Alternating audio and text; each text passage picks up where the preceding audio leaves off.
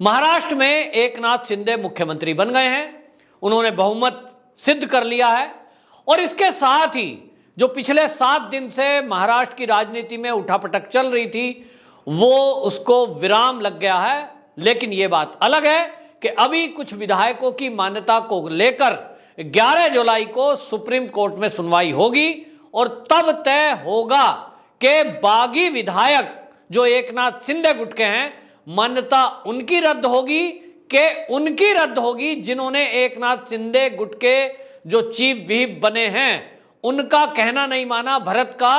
उनके उल्लंघन में वो भी 16 विधायक हैं जिसमें आदित्य ठाकरे का भी नाम शामिल है। तो अब देखना होगा 11 जुलाई को सुप्रीम कोर्ट क्या निर्णय देता है और ये उद्धव ठाकरे गुट के 16 विधायकों की मान्यता रद्द होती है या एकनाथ शिंदे गुट के 16 विधायकों की मान्यता रद्द होती है।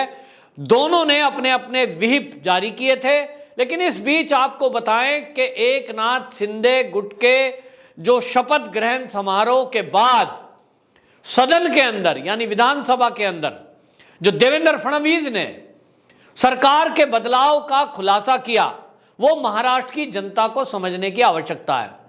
देवेंद्र फडणवीस ने बताया कि ये जो सरकार चल रही थी जिसके उद्धव ठाकरे मुख्यमंत्री थे, आखिरकार ऐसी जरूरत क्यों पड़ी कि आज ये शिवसेना के एकनाथ शिंदे उनकी तारीफ की और बताया कि किस तरह से वो विकास के नाम पर जब वो मुख्यमंत्री थे देवेंद्र फडणवीस तब उस समय उनका साथ दे रहे थे और महाराष्ट्र के विकास के लिए वो दिन रात काम कर रहे थे।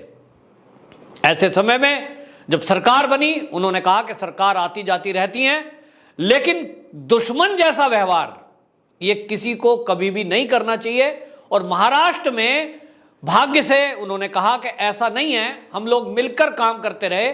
उसके बावजूद भी एकनाथ शिंदे ने अलग होने का निर्णय किया तो उसके जो कारण गिनाए वो वाकई में हम सबको भी पता है।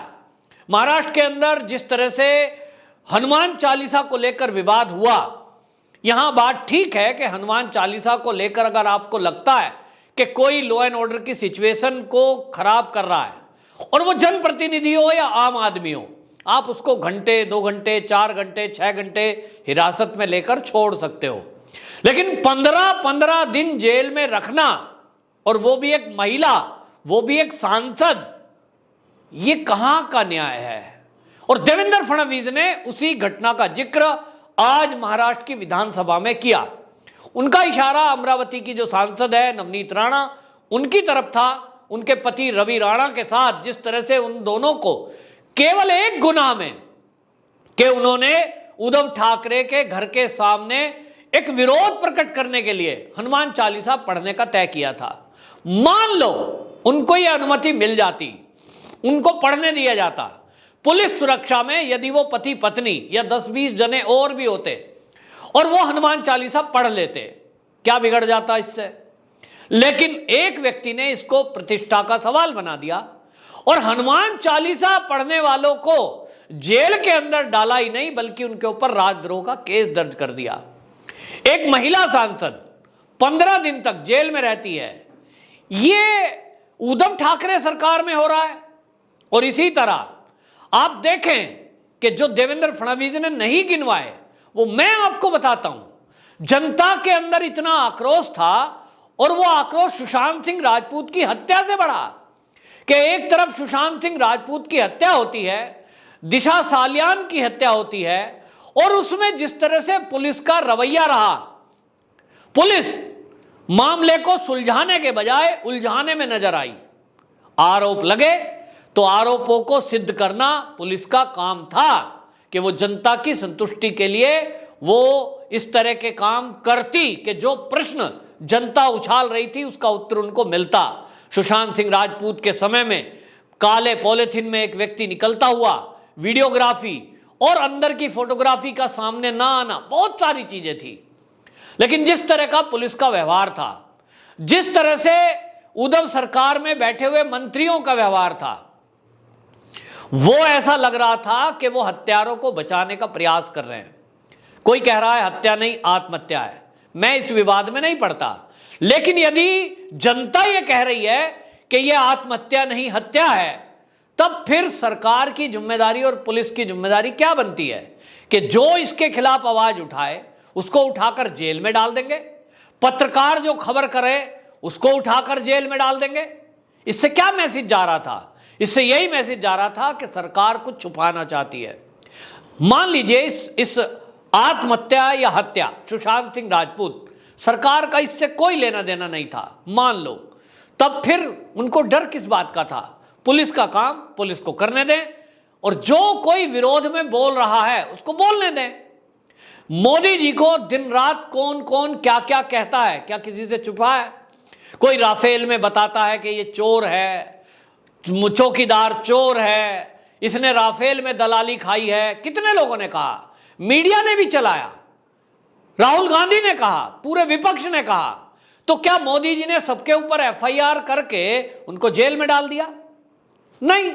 योगी जी को क्या क्या कहा, उत्तर प्रदेश की राजनीति को लेकर के विपक्ष ने हमेशा सवाल उठाए। विपक्ष का और जनता का काम है कि वो सवाल उठाए, लेकिन उनके ऊपर एफआईआर दर्ज करके उनको जेल में डाल देना, जबान बंद करने के लिए घर में जाकर मारपीट कर देना शिव सैनिकों का, और उद्धव ठाकरे का एक सिंगल बयान नहीं आना। भाई उनको कहना चाहिए था कि शिव सैनिकों से मैं आह्वान करता हूं कि वो शांत रहें, सरकार से जनता सवाल पूछ रही है, उसका हम जवाब देंगे। ये आक्रोश है, और आक्रोश पनपा तो सुशांत सिंह राजपूत, दिशा सालियान, इसके अलावा आप देखिए कि जिस तरह से अर्नब गोस्वामी देश के चहेते पत्रकार हैं, लेकिन जिस तरह का मामला हुआ उसमें जिस तरह का व्यवहार सरकार ने किया, जनता में आक्रोश स्वाभाविक था। एक साजिश की गई, लेकिन उस साजिश को करने वालों के खिलाफ क्या किया गया? कुछ भी नहीं। पालघर के साधुओं की हत्या, उस पर जिस तरह का व्यवहार हुआ वो सबने देखा कि आप, ऐसा लग रहा था जैसे कि हत्यारों को बचाने के लिए पूरी ताकत लगा रहे हो। पुलिस किसी के भी कंट्रोल में थी, लेकिन मुख्यमंत्री सारे मंत्रियों के ऊपर होता है। और उद्धव ठाकरे जी वो शिव सैनिक थे, तो शिव सैनिक की सरकार है ऐसा दिखना तो चाहिए था।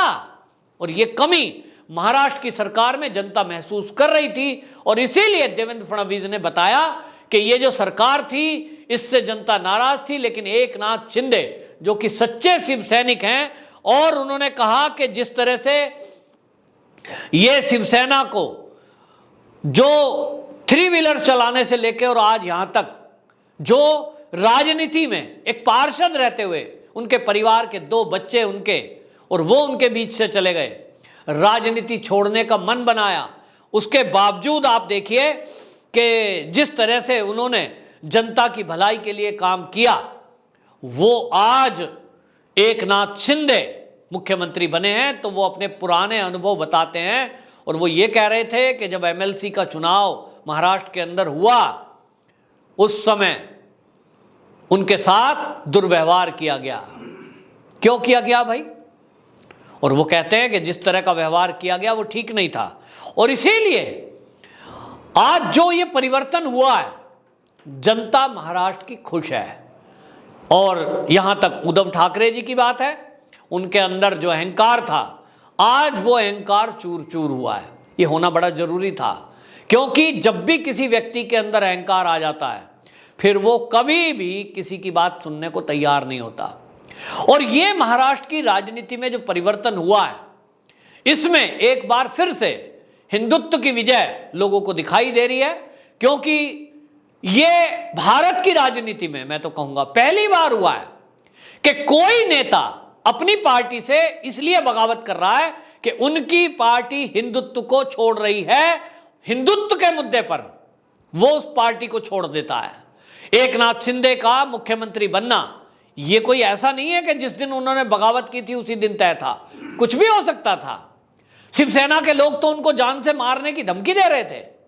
शिवसेना के सांसद संजय राउत, चाहे मुंबई की मेयर, इन्होंने देख लेने तक की और ना छोड़ने तक के शब्द बोले थे।